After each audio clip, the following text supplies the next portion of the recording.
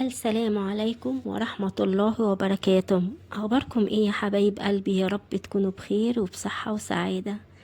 لو محتارة تعملي أكل جديد وسهل وفي نفس الوقت طعمه تحفة، الفيديو ده ليكي.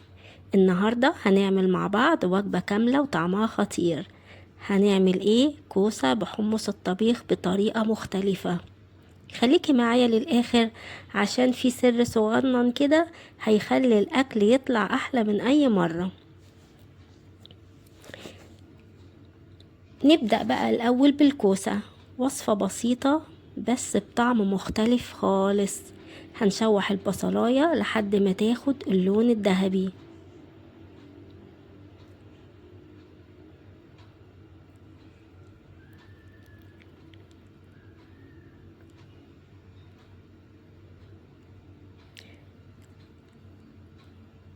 خلاص قربت تاخد اللون الذهبي الحلو.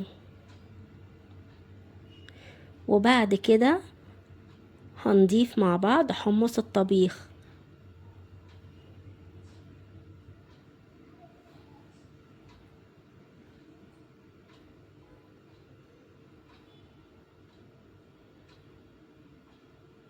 حمص الطبيخ اللي هيدي طعم غني وجديد خالص. الكوسة من غير حمص الطبيخ ملهاش طعم.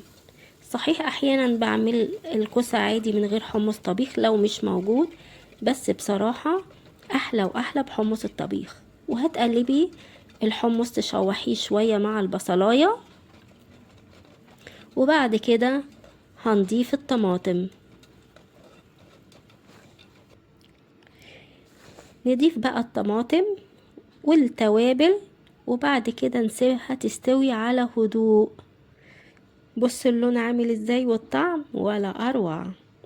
الوصفة دي لو جربتوها مرة هتعتمدوها دايما.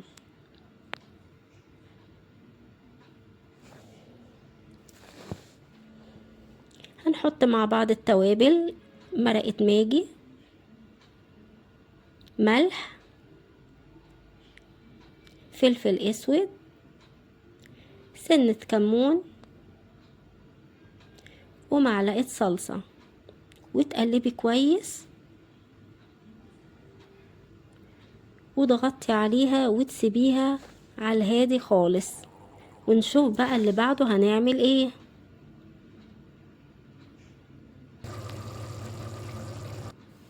خلاص غطينا عليها. هنعمل مع بعض الرز بالشعرية. طبعا معروف الرز بالشعرية فيها تكة كده، الرز بيطلع حلو ومفلفل. اهم خطوة تحمير الشعرية صح عشان تاخد اللون الذهبي الجميل.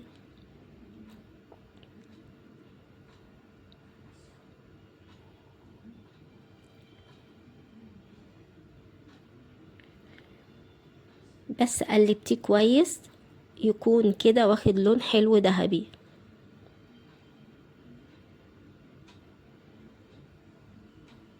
بتقلبي حلو قوي فيه.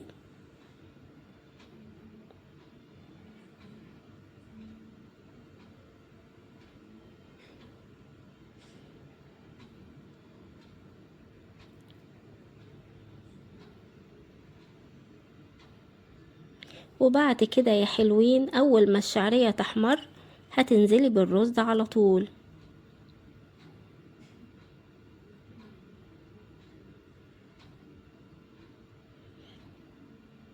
بس هنا خلاص كانت الشعرية احمرت وبقت زي العسل. تضيفي الرز وتقلبيه كويس قوي. والمية طبعا انتوا عارفين بالمظبوط عشان يطلع مفلفل وحلو زي المطاعم.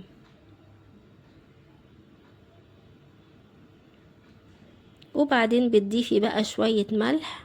وبحب قوي التكة دي في الرز، بحط فلفل اسود سنة صغننة بتديها كده طعم جميل. بتقعدي تقلبي في الرز شوية بالشعرية عشان يفلفل كده ويطلع حلو.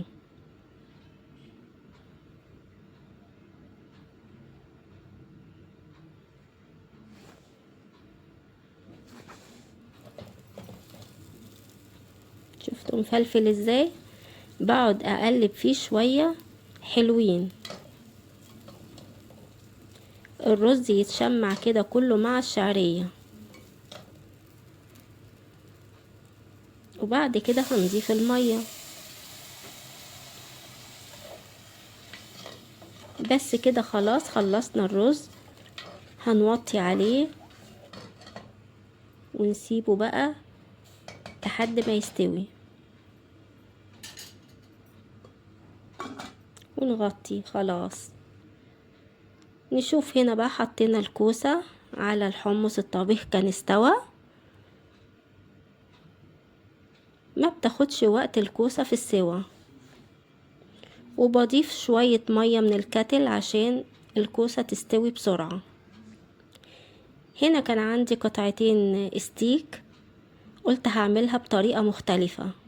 المرة دي عملتها بالبصل، وضفت بقى التوابل كلها، وضفت مية من الكاتل.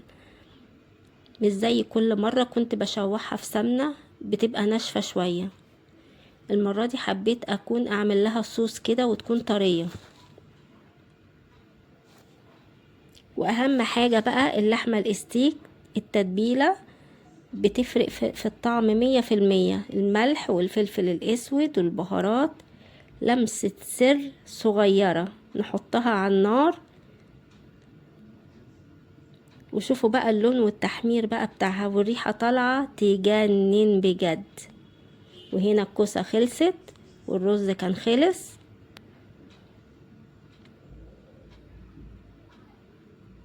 وكنت يا حبايبي عملت كمان بانيه. وهنا خلاص الاكل خلص على السفرة. قولوا بقى في الكومنتات رأيكم ايه في الوصفة، وهتجربوها امتى. وما تنسوش اللايك والاشتراك عشان تشوفوا وصفات احلى واسهل كل يوم. سلام.